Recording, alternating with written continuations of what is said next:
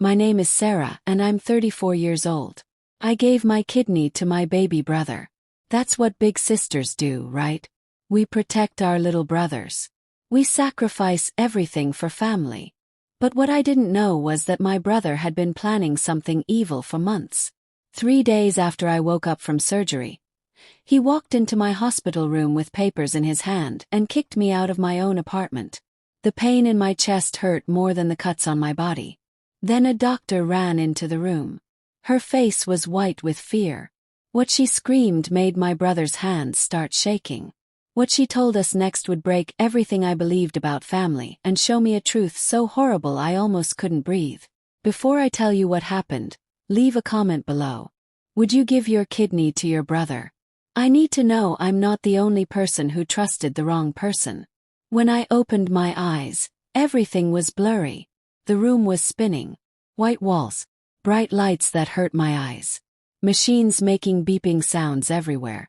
I couldn't remember where I was for a few seconds. Then the pain hit me like a truck. My side felt like someone was stabbing me with a knife over and over again. I tried to sit up, but my body wouldn't move. My arms felt heavy like bags of sand. I turned my head slowly to the right. There was a machine with green lights dancing on a black screen. A long tube was stuck in my arm connected to a bag of clear liquid hanging from a metal pole. I looked to my left. Through the window, I could see rain falling hard outside. Boston in November. Cold. Rain. I was in Massachusetts General Hospital. Everything started coming back to me in little pieces. The surgery. The doctors. The needle going into my arm. And Michael. My baby brother holding my hand as they pushed my bed down the hallway. I remembered his face. His eyes were red and puffy from crying. His hand squeezed mine so tight. "Sarah," he whispered with a shaky voice.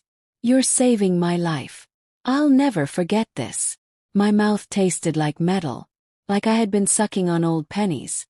A thin blue blanket covered my body, but I was freezing. I looked down.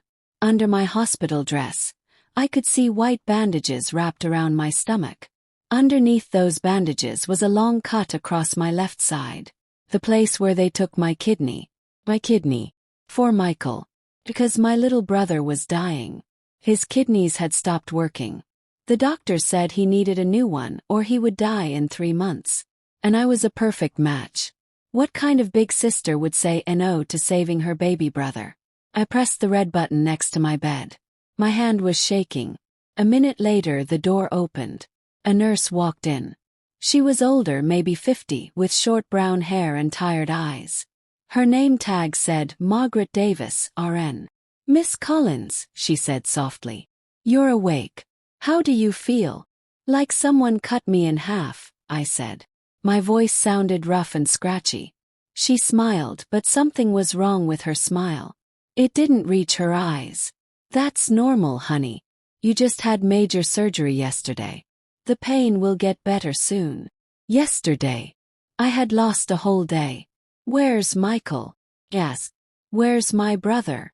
Something weird happened on her face. Just for a second. Like she was uncomfortable. Then it was gone. "Your brother is recovering in another part of the hospital," she said quietly. She checked my bag and fixed my blanket. She wouldn't look at my eyes. "He's doing just fine. Can I see him?" "Yes." "Not yet, sweetheart. You both need to rest." He nodded. That made sense, right? We both just had huge surgeries. Of course they would keep us apart for now. Michael was okay. That's all that mattered. I thought about the last 2 years. How lonely my apartment had felt after Mom died from cancer. How quiet everything became. I had called Michael every single week. But he was always too busy. Always had somewhere else to be. Until 3 weeks ago when he showed up at my door at midnight, crying and shaking, telling me he was sick and dying. Telling me he needed me. And I said yes without thinking. Because that's what big sisters do. I looked down at the bandages. At the place where part of me was now missing. It hurt so much. But it was worth it. My baby brother would live. That was all that mattered. But when I looked up, Nurse Margaret was still standing by the door, watching me. And the look on her face wasn't relief or happiness. It was something else. Something that made my stomach feel sick. She opened her mouth like she wanted to say something important. Then she closed it, shook her head, and walked out. I stared at the closed door. Something felt wrong. The way she looked at me. Like she felt sorry for me. Like she knew something I didn't. But why? Outside, the rain kept falling. The machines kept beeping. And somewhere in this hospital, my brother was getting better. At least that's what I told myself. 4 days crawled by like years. The first 2 days blended together in a fog of pain and medicine. Doctors came and went. Nurses changed my bandages. Everyone kept smiling and saying the same thing. "Your brother is doing great, Miss Collins. He's resting." I asked everyone who walked into my room. The young doctor with glasses. The nurse who brought me water. Even the cleaning lady who emptied my trash can. "Where's Michael? When can I see him?" The answer never changed. "He's fine. He's recovering. Soon." But soon never came. The pain in my side became something I knew too well. A constant ache that turned into sharp stabbing when I moved. By the 3rd morning they made me stand up. Then walk. A physical therapist with a clipboard told me to take 5 steps. I did. Every step felt like walking on broken glass. I didn't care about the pain. I just wanted to see my brother. The hospital was quiet at night. Too quiet. I would lie awake listening to machines hum, watching rain slide down the window. Boston looked so pretty this time of year. All the fall leaves, orange and red and gold. But also sad. Thought about Mom. She died 2 years ago. After she was gone, the apartment felt too big, too empty. I would sit on the couch waiting for her to walk through the door with her coffee and her smile that made everything feel safe. She never did. After Mom died, Michael disappeared. He stopped calling, stopped visiting. I told myself he was sad, that he needed space. Space turned into months. Months turned into 2 years. Until 3 weeks ago when he showed up crying at my door at midnight, saying he was dying, saying he needed me. And for the first time in 2 years I felt needed again. On the 4th afternoon they moved me to a different room. A smaller one on the 6th floor. 1 bed by the window. The view was the same. Rain. Gray sky. A city covered in sadness. Nurse Margaret came in around 4 o'clock. She helped me sit in a chair by the window. Her hands were gentle, but her face still carried that worried look. Like she knew a secret she wasn't supposed to tell. "Nurse Margaret," I said quietly. "When can I see Michael?" She stopped moving. Her eyes dropped to the floor. "Your brother will visit you tomorrow, Miss Collins." "Tomorrow." Finally. Relief flooded through my chest like warm water. "Thank you," I whispered. She nodded but didn't smile. She turned to walk out, stopped at the door, and for a moment I thought she would warn me. Tell me what that look in her eyes meant. She didn't. She just left. I sat by the window as the sun went down, watching the city lights turn on. Yellow. Red. The world was getting ready for Thanksgiving. Families coming together. I would see my brother tomorrow. I would hug him and tell him I loved him. Tell him it was all worth it. I smiled for the first time since waking up. Tomorrow. I had no idea tomorrow would destroy my entire life. The 4th day came with dark clouds and cold wind. I had been awake since 6 in the morning, staring at the window, waiting. The nurses brought breakfast, but I couldn't eat. My stomach was tied in knots. Not from pain. From excitement and worry. Today I would see Michael. I sat in the chair by the window with my hands folded in my lap. I had practiced what I would say. How I would tell him the pain didn't matter. That I would do it again in a heartbeat because that's what big sisters do. The clock on the wall moved past 10. Then 11. Then noon. Finally, just after 1 o'clock, the door opened. And Michael walked in. For a second my heart jumped. I tried to stand up, reaching for him.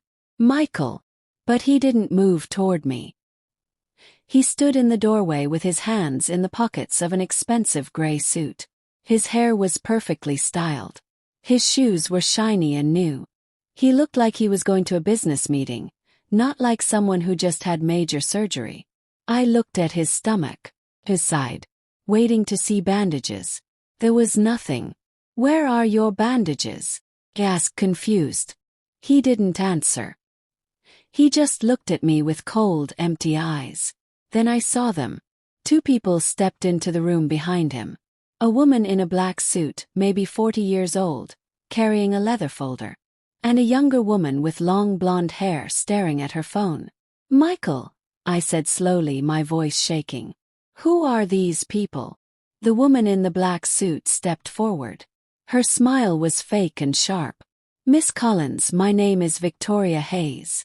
I'm your brother's lawyer." Lawyer. The word hit me like a punch to the stomach. "Lawyer," I repeated, my voice barely a whisper. "What? Why?" Victoria reached into her folder and pulled out a thick envelope. She placed it on the table next to my bed. "This is an eviction notice, Miss Collins." I stared at the envelope, then at her, then at Michael. My hands started shaking.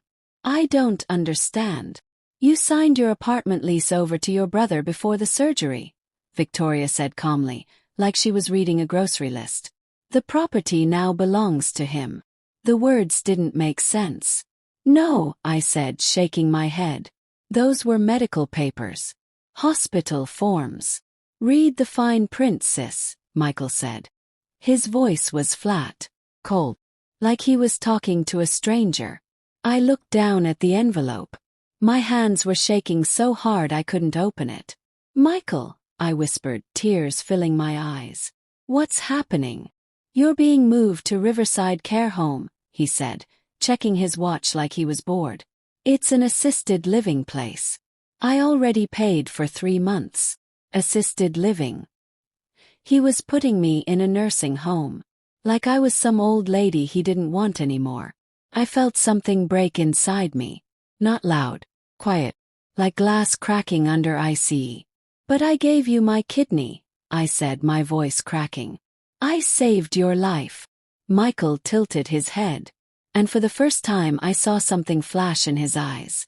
Amusement. Like this was all a joke. "What about your surgery?" I asked, tears streaming down my face.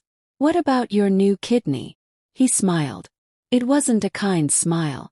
It was cruel. "There was no surgery for me, Sarah." The room started spinning. The walls closed in. I couldn't breathe. "What?" gasped. "I was never sick," he said, shrugging like it was no big deal. The blonde woman behind him, Ashley, finally looked up from her phone. She smirked. I stared at Michael. My baby brother. The boy I used to read bedtime stories to. The kid I walked to school every day. The man I just gave part of my body to save. And all I saw was a monster. "Why?" I whispered, my voice breaking into 1,000 pieces. "Why would you do this?" He looked me straight in the eyes. "Because I could, Sarah. And because you were dumb enough to believe me." My chest felt hollow. Like someone had reached inside and ripped out everything that mattered. My kidney. My apartment. My brother. All gone. Victoria cleared her throat. "Miss Collins, I suggest you review the documents carefully." She handed me a business card. It fell to the floor. I didn't pick it up. Michael turned to leave. Ashley followed, still staring at her phone. Victoria snapped her folder shut. And just like that they started walking toward the door. I opened my mouth to scream, to beg, to say anything. But no sound came out. Before the door could close, it slammed open again. A woman stormed in. She was wearing a white doctor's coat over blue scrubs. Her red hair was pulled back in a ponytail. Her face was full of rage. She wasn't looking at me. She was staring straight at Michael. "Stop right there," she said. Her voice was like a knife cutting through the air. Michael froze. And for the first time since he walked in, I saw fear flash across his face. The woman's eyes were blazing with fury. And whatever she was about to say would change everything. To be continued. Drop a comment if you want to know what the doctor said that made Michael's face turn white with terror.